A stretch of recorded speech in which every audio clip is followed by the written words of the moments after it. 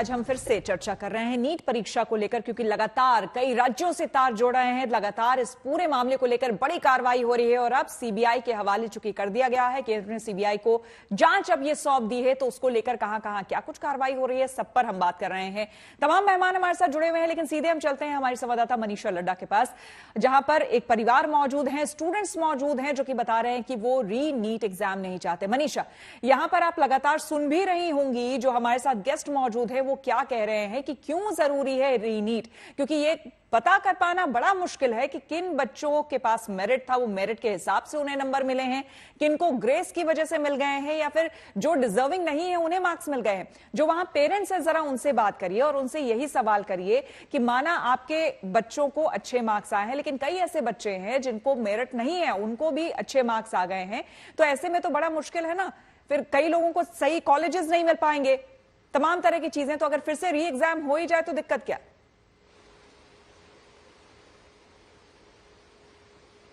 बिल्कुल श्वेता, प्रत्यक्ष हमारे साथ है। प्रत्यक्ष के 710 आए। अब 710 वालों को आधे से ज्यादा, मतलब सिर्फ बात यहाँ 710 अंक की नहीं, बात यह है कि जिन जिन छात्रों ने अच्छे नंबर हासिल करे हैं इस परीक्षा में, उनका स्ट्रेस आधा से ज्यादा इसी बात को लेकर है कि दोबारा से अगर एग्जाम होता है उसमें अच्छे मार्क्स नहीं आए या फिर पेपर डिफिकल्ट आ गया तो तब क्या होगा। हमारे साथ अभिभावक भी मौजूद है। परीक्षा सिर्फ बच्चों की नहीं होती, माँ बाप की भी होती है, स्पेशली खासतौर पर माँ लोग जो सबसे ज्यादा अपने बच्चों के साथ समय बिताती है, उनकी हर एक चीज पे, मूवमेंट पे ध्यान रखती है। मैम, अगर जैसे बहुत से बच्चे ऐसे हैं जो इस चीज की डिमांड कर रहे हैं कि परीक्षा वापस से होनी चाहिए क्योंकि उनके इतने अच्छे मार्क्स नहीं आए, तो अगर परीक्षा वापस से हो भी जाए तो इसमें कहाँ कुछ गलत? मेरे हिसाब से तो परीक्षा दोबारा करना सोल्यूशन नहीं है, क्योंकि जिन बच्चों ने दिन रात लगा के अपना इतना टाइम दिया, इतने स्ट्रेस में रहे, सोए नहीं, कहीं गए नहीं, कोई फंक्शन नहीं, कोई पार्टी नहीं, कुछ नहीं, दिन रात सोने का नहीं पता। हमने 2-2 3-3 दिन हो जाते थे, हम उनकी शक्ल नहीं देख पाते थे कि वो कहाँ पर हैं, कितने बजे सोए, हमें नहीं पता होता था। तो उनकी मेहनत कहाँ गई, इसका कौन जवाब देगा? उनका स्ट्रेस लेवल हमें पता कि हमने उनको कैसे हैंडल करा है। अब इस सिचुएशन के बाद फिर से उसको उस सिचुएशन में डालना वो पॉसिबल नहीं है, ना हमारे अंदर उसको झेलने की हिम्मत है। ये कोई सोल्यूशन नहीं हुआ कि दोबारा नहीं। मनीषा, वही उनसे पूछिए कि जो बच्चे डिजर्विंग नहीं हैं और उन्हें भी ज्यादा नंबर आ गए हैं, उनके लिए क्या कहेंगी वो? तब तक इतना टाइम हो जाएगा। जी जी, बहुत से ऐसे बच्चे जो इतना डिजर्व भी नहीं करते लेकिन उनके उतने मार्क्स आ गए हैं। वो एक्चुअल में क्या ना, उस चीज का हमें नहीं पता कि उनको डिजर्व नहीं करते फिर भी कैसे आ गए हैं। इस चीज का तो देखो, हम नहीं कह सकते कि उनकी ओएमआर शीट में कोई गड़बड़ी थी या क्या प्रॉब्लम थी, लेकिन हमें इतना पता है कि हमारे बच्चे ने किया बहुत अच्छा है और रात रात भर जगह है, बहुत मेहनत की है उसने, तो उसको उसका रिजल्ट मिलना चाहिए, रीनीट नहीं होना चाहिए। क्योंकि लेकिन बात यहाँ पे सर ये भी तो आ रही है ना कि जिन बच्चों जो डिजर्विंग ही नहीं है, जिन्होंने इतने अच्छे खासे मार्क्स जो हासिल कर लिए, ये आगे के भविष्य के लिए बहुत गलत है। अगर वो बच्चे आगे जाके डॉक्टर्स बनते हैं या फिर जो बच्चे एक्चुअल में वो सीट्स जो एक्चुअल में उनके उम्मीदवार है, असली उम्मीदवार है, उनको ना मिलके उन बच्चों को मिले जिन्होंने गलत तरीके से हासिल करे है। बिल्कुल ठीक कह रहे हैं मैडम। अब हम जैसे पास्ट में भी देखते हैं तो कहीं कुछ एरियाज में, जैसे ईस्टर्न स्टेट्स में कुछ बच्चे मर जाते हैं ड्यू टू इलाज प्रॉपर नहीं मिल पाता। वो कहीं ना कहीं इसी चीज को आप संकेत कर सकते हो। उसका रीजन ये है, अगर कोई बच्चा मेहनत करेगा तो डेफिनेटली उसके नंबर आएंगे। मेहनत फल देती ही देती है, अगर जो नहीं कर रहा तो नहीं आएंगे। बाकी जो आप कह रहे हैं जिन बच्चों के ग्रेस पीरियड ग्रेस मार्क्स देकर आ गए हैं, तो डेफिनेटली उसके ऊपर कार्रवाई होनी चाहिए, उनका पेपर होना चाहिए।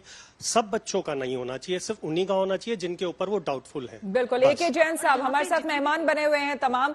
सर, आप सुन रहे हैं, लगातार आप बातें सुन रहे हैं कि क्या अभिभावक क्या कह रहे हैं, बच्चे क्या कह रहे हैं। अब ऐसे अभिभावकों को वो काउंसलिंग के लिए आपके पास माफ करिएगा वो आते हैं, तो हम इस पूरे मामले में हम राम कुमार पाल जी से जानना चाहेंगे कि सर ये बताइए कि ऐसे अभिभावक जब आपके पास आते हैं वो ये कहते हैं कि भाई सिर्फ हमारे बच्चों को छोड़ दो क्योंकि हमारे बच्चे ने मेहनत की है और उन्होंने उनके मेरिट के हिसाब से मार्क्स आए हैं, लेकिन बाकी का करा दीजिए।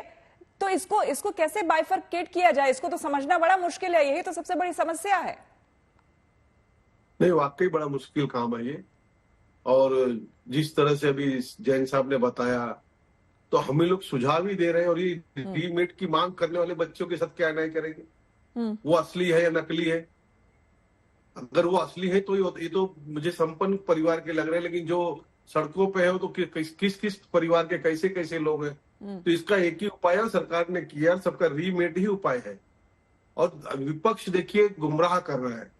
विपक्ष किस तरह गुमराह कर रहा है कि 4 तारीख को लोकसभा का रिजल्ट है, 5 तारीख को नीट का रिजल्ट है, 9 तारीख को शपथ ग्रहण होता है, 10 तारीख को कार्यभार मिलता है, और फिर ये कोई नेता या कोई उनका प्रवक्ता ही नहीं बताता है। वो बस मंत्री जी का दोष। अरे मंत्री जी सीट पे कहाँ थे? चुनाव आयोग था ना, जब तक आचार संहिता थी।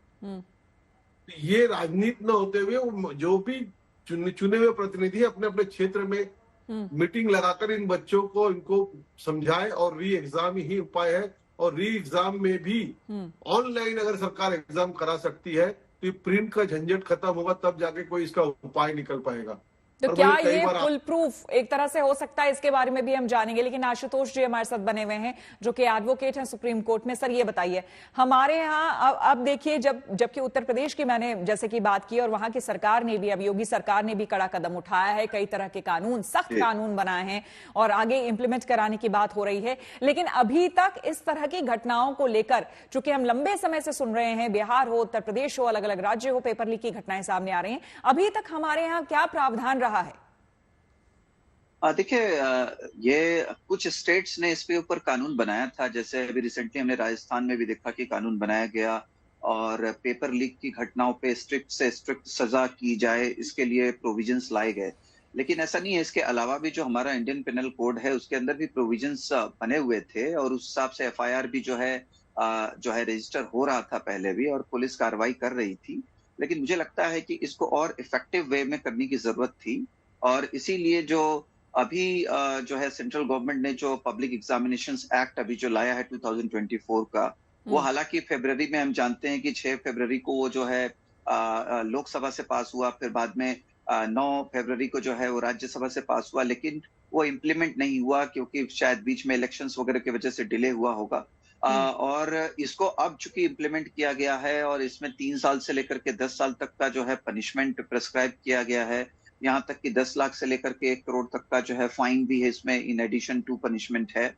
तो ये जो कानून लाया गया है, ये मुझे लगता है कि बहुत जरूरी था, ताकि जो है डायरेक्ट जो है इमीडिएट कार्रवाई की जा सके। और देखिए कि इसमें जो पुलिस स्टेशंस हैं, जहां पर भी जो कंप्लेंट आता है स्टूडेंट्स का या उनके पेरेंट का कि इस तरह की कोई भी धांधली हुई है, तो जो सेक्शन 154 है क्रिमिनल प्रोसीजर कोड में, उसमें पुलिस का ये जो है बिल्कुल लायबिलिटी, रिस्पॉन्सिबिलिटी है पुलिस की कि उस पे जो है तुरंत एफआईआर रजिस्टर हो और तुरंत जो है कार्रवाई की जाए।